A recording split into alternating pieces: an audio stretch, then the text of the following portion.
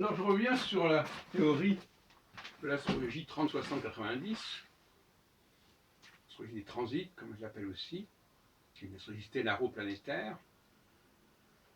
Alors je renvoie à mes vidéos là-dessus, et je voudrais développer son application. À savoir que au moment de ces échéances, autour de 30 ans, de 60 ans et éventuellement de 90 ans, 30 ans qui est un retour de Saturne, 60 ans et 90 qui sont aussi des retours de Saturne sur la position natale. Alors, je répète encore, je vous donne une fourchette quand même, une orbe de 2 ans avant et après, donc 28-32, 58-62, etc. Et alors, dans certains cas, je l'ai déjà dit tout à l'heure dans une autre vidéo, ça ne correspond pas forcément aux élections, aux résultats des élections. Les élections peuvent introduire des éléments halogènes, des éléments même aberrants. Je pense par exemple que l'élection de Trump en 2016 a été une aberration, d'une certaine manière. J'ai donné d'autres exemples comme ça. Mais cela dit, ces moments-là, qui sont quand même relativement espacés, n'est-ce pas?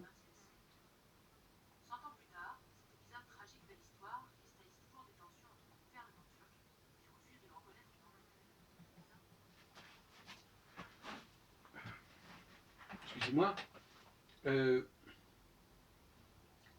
Donc, ces élections, ça parasite l'astrologie, parasite le travail de l'astrologue. Il n'a pas du tout à se conformer aux dates, aux échéances électorales, ni d'ailleurs à en tenir compte véritablement, parce qu'elles peuvent accoucher de choses complètement bizarres, qui auront des effets, effectivement, tout comme il y a des tas de choses. Alors, si vous voulez, sans rentrer dans la dialectique de Dieu et Satan, c'est une dimension satanique, si vous voulez.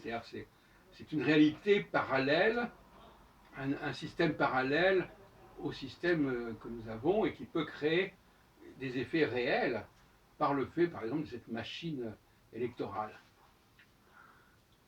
Mais malgré tout, je crois que mon système fonctionne malgré ces aberrations électorales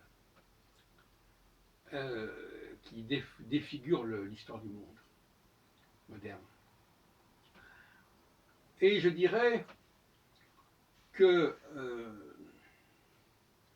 ce sont des moments d'émergence. Tout d'un coup, la personne émerge, sort du lot, sort du rang.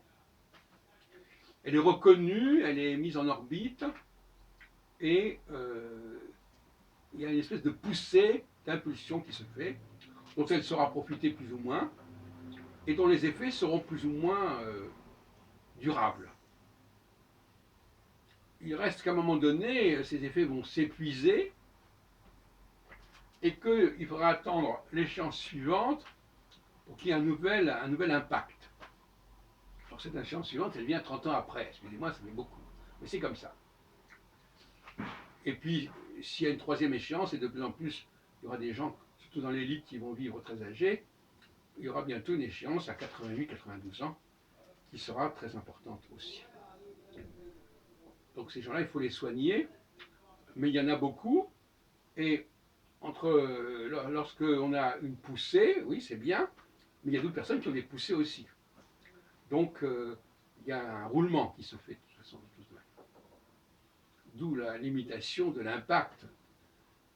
Et à un moment donné, les gens, leur courbe redescend, et puis, au bout d'un certain temps, elle va remonter. Elle va repartir. Il y aura une nouvelle naissance, il y aura un nouvel élan. Voilà comment je vois les choses.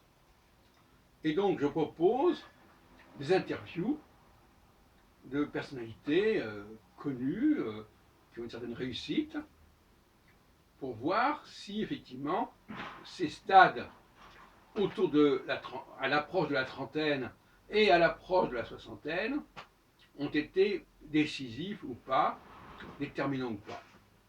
C'est tout l'enjeu de ce nouveau chantier de recherche que je propose à ceux qui veulent suivre cette voie de recherche qui me paraît très prometteuse.